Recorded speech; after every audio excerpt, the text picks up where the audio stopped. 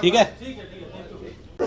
आज दिल्ली नगर निगम में मेयर के चुनाव में भारतीय जनता पार्टी ने जो गंदा और घिनौना खेल खेला है, उससे एक बार फिर से ये बात साबित हो गई है कि भारतीय जनता पार्टी ना तो संविधान को मानती है, ना कानून को, ना किसी नियम कायदे को, ना लोकतंत्र को, केवल और केवल गुंडागिरी को मानती है। भारतीय जनता पार्टी गुंडागिरी से सदन चलाना चाहती है। भारतीय जनता पार्टी गुंडागिरी से एमसीडी को चलाना चाहती है। आप सब जानते हैं कि 7 दिसंबर को एमसीडी चुनाव का रिजल्ट आया था और आज 2 महीने हो गए। 7 फरवरी तक दिल्ली को मेयर नहीं मिलने दे रही है भारतीय जनता पार्टी। दिल्ली की जनता ने भारतीय जनता पार्टी के 17 साल के शासन से दुखी होकर, गंदगी देख के, भ्रष्टाचार देख के, हर तरफ गड़बड़ी देख के, कूड़ा देख के, पार्कों की हालत देख के इनको हटाया था। बीजेपी वालों को क्लियर मैंडेट दिया था आम आदमी पार्टी को, लेकिन मेयर का चुनाव नहीं होने दे रही है भारतीय जनता पार्टी। आज 7 दिसंबर को सीधे सीधे सबको बताया कि इनको 104 सीटें मिली, आम आदमी पार्टी को 134 सीटें मिली, यानी कि जनता का मैंडेट साफ है। 2 महीने तक इन्होंने आम आदमी पार्टी के पार्षदों को खरीदने की भी कोशिश की, तोड़ने की भी कोशिश की, लेकिन हमारा एक भी आदमी नहीं बिका, आम आदमी पार्टी का एक भी पार्षद नहीं बिका। तो 2 महीने से ये, वैसे तो उससे पहले भी जब इलेक्शन इन्होंने पोस्टपोन किए थे तब से भी, लेकिन 2 महीने से चुनाव होने के बावजूद, जनता द्वारा आम आदमी पार्टी को मैंडेट दिए जाने के बावजूद भारतीय जनता पार्टी अफसरों के माध्यम से एमसीडी को चला रही है और उल्टे सीधे काम कर रही है वहां पे। आज आपने देखा कि हमारे पार्षद पूरी तरह से शांत बैठे थे। बीजेपी के पार्षद बिना बात हंगामा कर रहे थे सदन में, कोई मुद्दा नहीं था, बस खड़े होकर शोर मचाना है कि बैठक नहीं होने देनी है।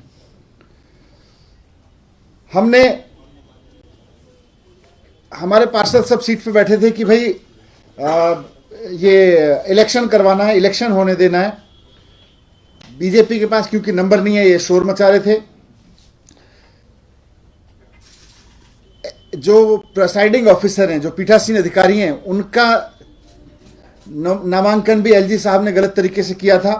फिर भी हमने कहा जी चलिए इलेक्शन करवाइए, दिल्ली को मेयर चाहिए, दिल्ली की जनता को साफ सफाई चाहिए, मेयर काम करेगा तो दिल्ली साफ होगी। अब ये पीठासीन अधिकारी आज जब सदन में आई तो पहले तो बोली कि एल्डरमैन वोट करेंगे, जो 10 एल्डरमैन लगाए गए हैं वो वोट करेंगे। अब इनके बारे में संविधान से लेके कानून तक में, संविधान में लिखा हुआ है, कानून में लिखा हुआ है कि एल्डरमैन को वोट करने का अधिकार नहीं है। मैं संविधान की लाइन पढ़ देता हूं आपके सामने। कंपोजिशन ऑफ म्युनिसिपैलिटीज, संविधान के आर्टिकल 243R में साफ साफ लिखा हुआ है कि राज्य की जो विधानसभा होगी वो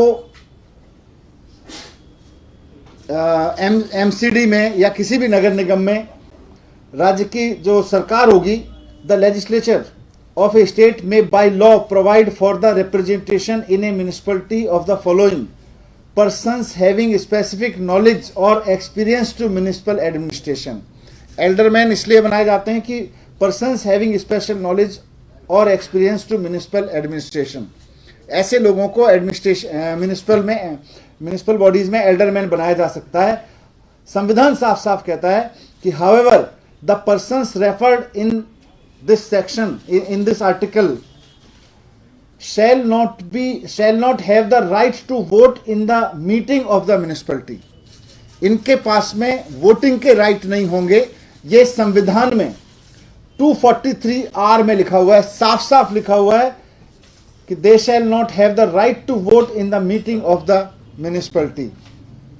MCD एक्ट जिसके तहत ये सदन चल रहा है, उसमें भी साफ साफ लिखा हुआ है कि 10 लोग, 10 persons who are not less than 25 years of age and who have special knowledge or expertise in municipal administration to be nominated by the administrator, provided that persons nominated under this subclause shall not have the right to vote in the meeting of a corporation. Corporation की meeting में vote डालने का अधिकार नहीं होगा।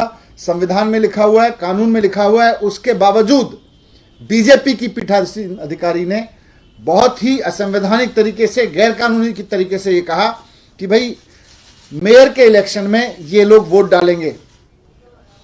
हमारे पार्षदों को, आम आदमी पार्टी के पार्षदों को यह साफ था कि बीजेपी जो भी साजिश कर ले, संविधान तोड़ने की, कानून तोड़ने की, लेकिन दिल्ली की जनता ने क्लियर कट मैंडेट दिया है, नंबर्स हमारे पास में, इसलिए फिर भी हमारे पार्षद एकदम शांत बैठे रहे सदन में।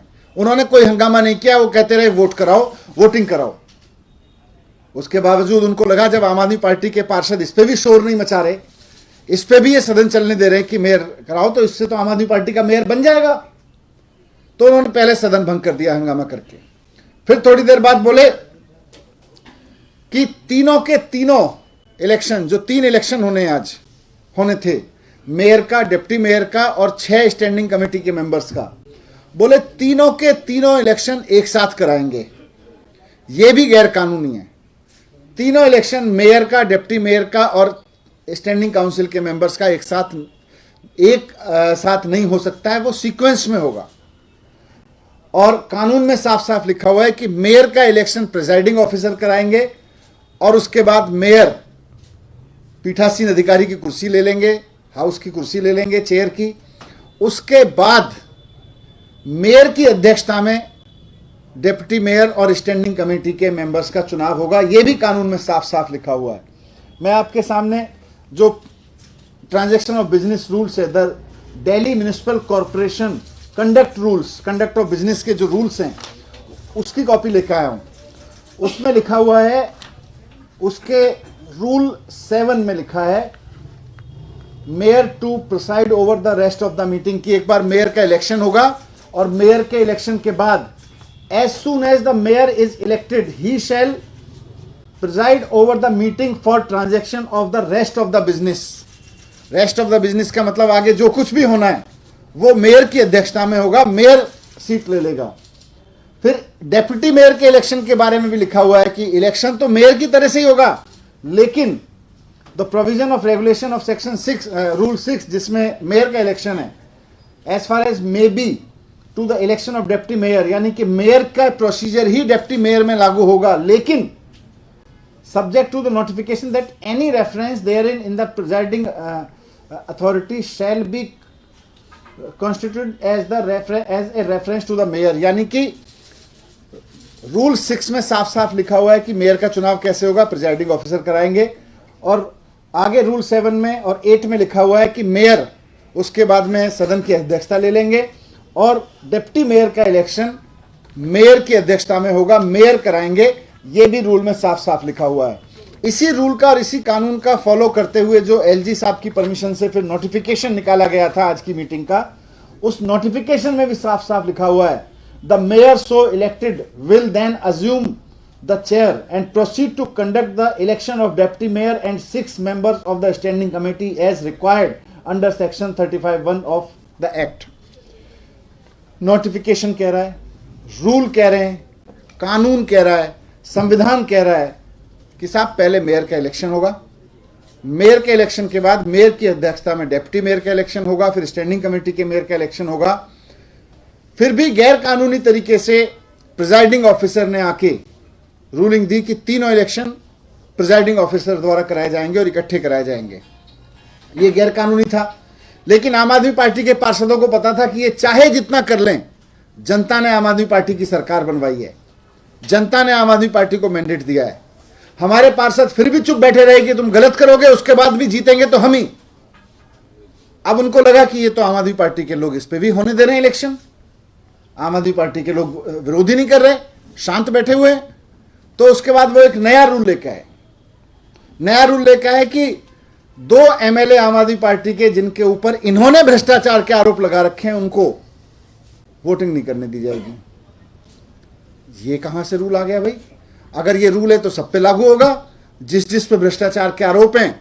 यहां तो लोगों के पास में कोविड के दौरान में कोविड की दवाई की जमाखोरी के भी आरोप लगाए हुए हैं भारतीय जनता पार्टी के सदस्यों के ऊपर, भारतीय जनता पार्टी के सांसदों के ऊपर, सबके ऊपर लागू करो। वैसे तो है नहीं ऐसा कोई रूल, लेकिन इसके बावजूद आम आदमी पार्टी के पार्षद आप सबने देखा चुप बैठे रहे और सोचते रहे, इंतजार करते रहे कि इन सब बदमाशियों के बावजूद, इन सब बदतमीजियों के बावजूद मेयर का इलेक्शन होने दिया जाएगा तो जीतेंगे तो हम ही, जनता ने तो हमें ही जिताया है।